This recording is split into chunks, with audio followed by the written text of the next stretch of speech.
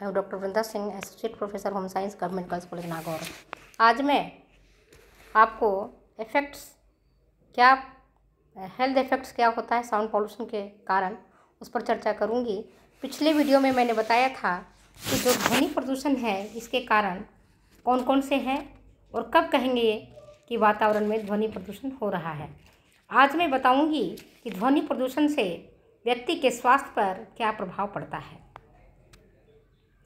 तो देखिए, सबसे पहला बात यह है कि अगर अधिक शोर होगा, अधिक साउंड होगा, तो व्यक्ति का मानसिक और शारीरिक दोनों ही स्वास्थ्य बिगड़ सकता है।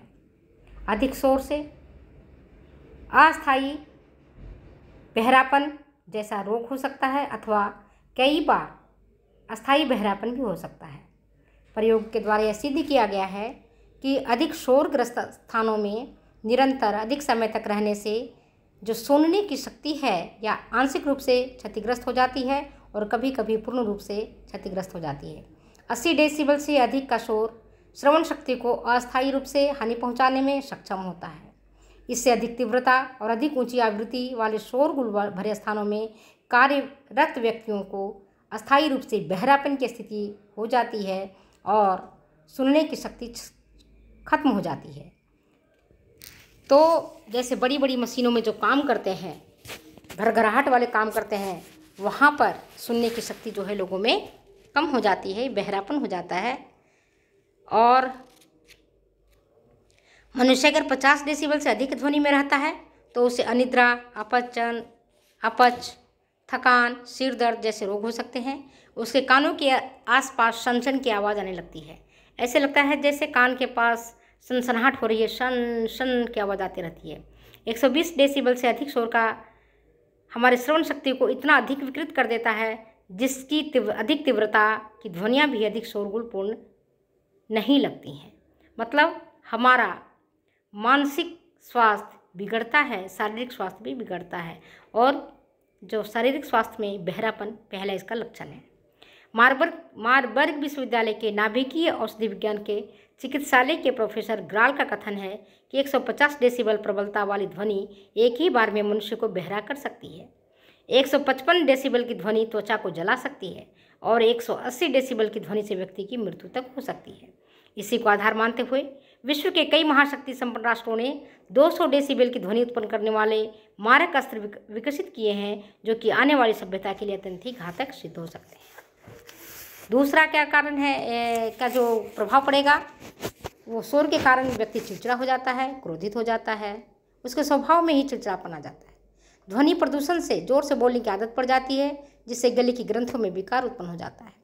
शोर एकाग्रता को भंग कर मन को अशांत एवं अव्यथित कर देता है। अचानक ध्वनि प्रदूषण से कान के पर्दे फट सकते हैं। व्यक्ति अस्थायी तौर पर बहरा हो सकता है। नेक्स्ट, इसका जो एक मानव स्वास्थ्य पर प्रतिकूल प्रभाव है वो है कि ध्वनि प्रदूषण से रक्तचाप, ब्लड प्रेशर और हार्ट बीट अधिक बढ़ जाती है। शरीर से पसीना अधिक निकलता है, कभी कभी चक्कर आते हैं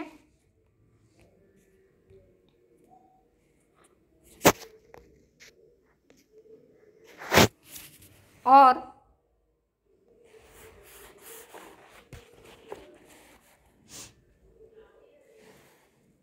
दृष्टि क्षमता भी प्रभावित होती है। तीव्र संक्रामक ध्वनि से शरीर तंत्र अधिक अनियंत्रित सा हो जाता है। त्वचा का पीला पड़ना, आँख की पुतलियों का प्रसार, आँखें बंद होना आदि प्रभाव भी दृष्टिगोचर होते हैं। शोर प्रदूषण के कारण जैव रासायनिक परिवर्तन भी होते हैं, बायोकेमिकल चेंजेस देखने को मिलते हैं। परिणाम स्वरूप रक्त वाहिनियों का संकुचन, रक्तचाप में परिवर्तन, आहार नाल में गड़बड़ियाँ, ऐच्छिक और अनैच्छिक मांसपेशियों में तनाव इत्यादि लक्षण देखने को मिलते हैं। शोर के प्रभाव का विश्लेषण करते हुए कर्ण विशेषज्ञ डॉक्टर सैमुअल रोजन कहते हैं कि आप चाहे भले ही शोर को क्षमा कर दें, मगर आपकी धमनियाँ इन्हें कदापि क्षमा नहीं करेंगी। शोर से आप खुद देखते हैं नींद में व्यवधान आता है। अगर आप गहरी नींद में हैं और कोई व्यक्ति आसपास फुसफुसाता भी है या ज़ोर से बोलता है तो आपको चिड़चिड़ापन उत्पन्न होने लगता है।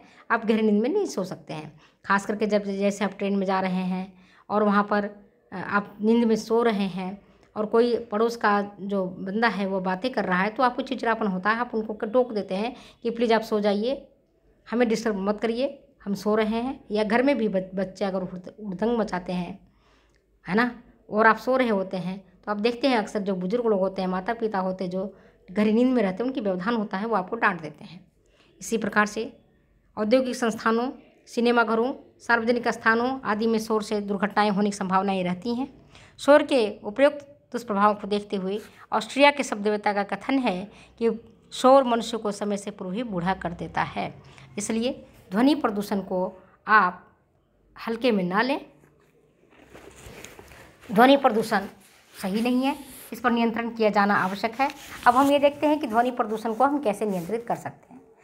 तो सबसे पहले अगर ध्वनि को अवशोषित करना चाहते हैं तो वृक्ष इसका सबसे बढ़िया साधन है। तो औद्योगिक जो संस्थान है, आवासीय संस्थान हैं, वहाँ पर अधिक से अधिक वृक्ष लगाएं, पेड़ पौधे लगाएं, जो ध्वनि को अवशोषित करने में मदद करता है। घरेलू उपकरणों से भी शोर निकलता है, जैसे मिक्सी, कूलर, सिलाई मशीन इत्यादि। इन उपकरणों को खरीदते समय ध्यान रखें कि उपकरण अच्छी कंपनी का और प्रमाणित मार्क ISI का होना चाहिए। तीसरा है, औद्योगिक संस्थानों एवं कल कारखानों में ध्वनि अवशोषक का प्रयोग करें। अधिक शोर करने वाले उपकरणों को ध्वनि प्रूफ कमरों में रखना चाहिए। मोटर गाड़ियों, वाहनों आदि को समुचित देखभाल एवं मरम्मत करानी चाहिए। इनमें साइलेंसर का उपयोग करें ताकि कम से कम शोर हो। अधिक शोर करने वाली मशीनों, कल पुर्जों को बदल देना चाहिए। रेडियो, टीवी, टेप रिकॉर्डर इत्यादि को कम आवाज़ में सुने, इससे दूसरे लोग भी परेशान नहीं होते हैं और आप भी परेशान नहीं होंगे। घरेलू उपकरणों की देखभाल करें तथा सिलाई मशीन में तेल अवश्य डालें, जिससे कि सिलाई करते समय कम से कम शोर हो। अस्पताल, स्कूल, महाविद्यालय आदि स्थानों पर हॉर्न बजाना निषेध समझें। अगर कोई व्यक्ति बजाता है तो आप ही इसकी सूचना आप दें ताकि दोषी व्यक्ति को सजा दें, और उनको जब तक सज़ा नहीं मिलेगा तब तक वो इसी तरह से शोर से बजाने लगते हैं। तो आपको जो कॉलेज है, स्कूल है, हॉस्पिटल है, वहाँ पर आप देखेंगे स्पीड ब्रेकर भी लगा रहता है और हॉर्न बजाने के लिए पूर्णतः निषेध रहता है, अन्यथा बच्चों की पढ़ाई पर इसका प्रतिकूल प्रभाव पड़ता है। नेक्स्ट, आवासीय स्थानों में भारी ट्रक और मोटर गाड़ियों के यातायात पर कानून पर रोक लगानी चाहिए। औद्योगिक संस्थान, कल कारखाने, सिनेमाघर इत्यादि आवश्यक क्षेत्र से काफ़ी दूर होना चाहिए। लाउड स्पीकर अथवा माइक द्वारा प्रचार प्रसार सुबह 9 बजे से लेकर शाम 6 बजे तक पूर्णतः बंद होनी चाहिए। ध्वनि प्रदूषण को रोकने के लिए कानून बनाना चाहिए और इसका कठोरता से पालन करना चाहिए। राजस्थान शोर अधिनियम, ध्वनि प्रदूषण नियंत्रण अधिनियम 1990 के अंतर्गत अधिक शोर उत्पन्न करने वाले वाहन, कारखाने, औद्योगिक संस्थान आदि दंडनीय एवं अपराधी माने जाते हैं, और अगर ऐसा कोई भी जो ध्वनि को प्रदूषित कर रहा है उसकी कठोरता से पालन करवाया जाना चाहिए। इसके लिए सभी नागरिक को जागरूक होना पड़ेगा और अपनी बात को रखनी पड़ेगी। फिर जनसाधारण को ध्वनि प्रदूषण से होने वाले रोगों एवं हानियों के बारे में बताना चाहिए, उन्हें शिक्षित करना चाहिए ताकि वे ध्वनि प्रदूषण के महत्व को समझ सकें, जिससे वे ध्वनि प्रदूषण को फैलने से रोकने में सहायता कर सकें। जो श्रमिक फैक्ट्री में काम करते हैं अर्थात 100 डेसिबल में रहते हैं, उन्हें अपने कानों में ईयर प्लग लगाने की व्यवस्था होना चाहिए। समय समय पर उनके स्वास्थ्य की जांच करते रहना चाहिए, जिससे कि उनके स्वास्थ्य पर प्रतिकूल प्रभाव ना पड़े। हवाई यातायात से उत्पन्न शोर को भी गंभीरता से लेना चाहिए, उसे यूं ही नज़रअंदाज नहीं किया जाना चाहिए। इसलिए अक्सर आप देखते हैं कि हवाई अड्डा शहर से काफ़ी दूर रहता है। विभिन्न देशों में इस दिशा में कई सराहनीय प्रयत्न भी किए गए हैं। अनेकों अंतर्राष्ट्रीय हवाई अड्डों पर अधिकतम शोर सीमा निर्धारित की गई है। जैसे लंदन हवाई अड्डे पर रात्रि में 102 डेसिबल से अधिक शोर की मनाही है। इसी तरह न्यूयॉर्क के कैनेडा अंतर्राष्ट्रीय हवाई अड्डे पर अधिकतम शोर सीमा 112 डेसिबल निर्धारित किया गया है। मोटर वाहनों में बहुध्वनि वाले हॉर्न बजाने पर प्रतिबंध लगाना चाहिए तथा कड़ाई से इसकी पालना की जानी चाहिए।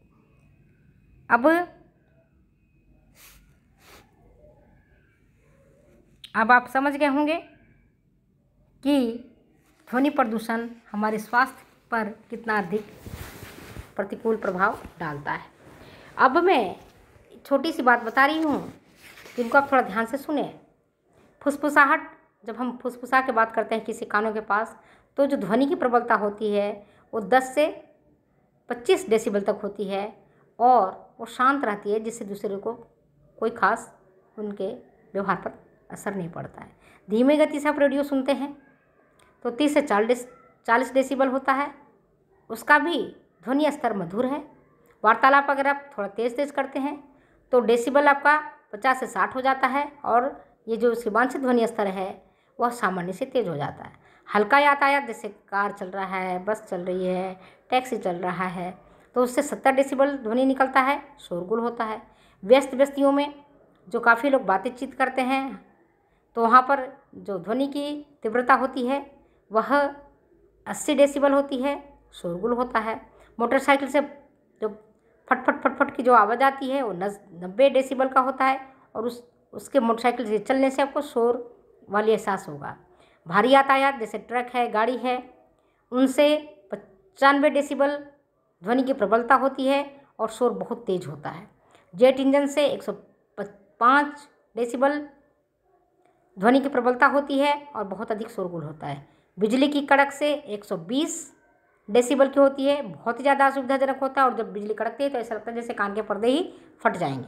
जेट यान के उड़ने के समय 150 डेसिबल ध्वनि की प्रबलता होती है और बहुत ही ज़्यादा वो पीड़ादायक होता है। अगर ये वीडियो आपको अच्छी लगती हो ज़रूर शेयर करें, सब्सक्राइब करें, कमेंट करें। Thank you, welcome.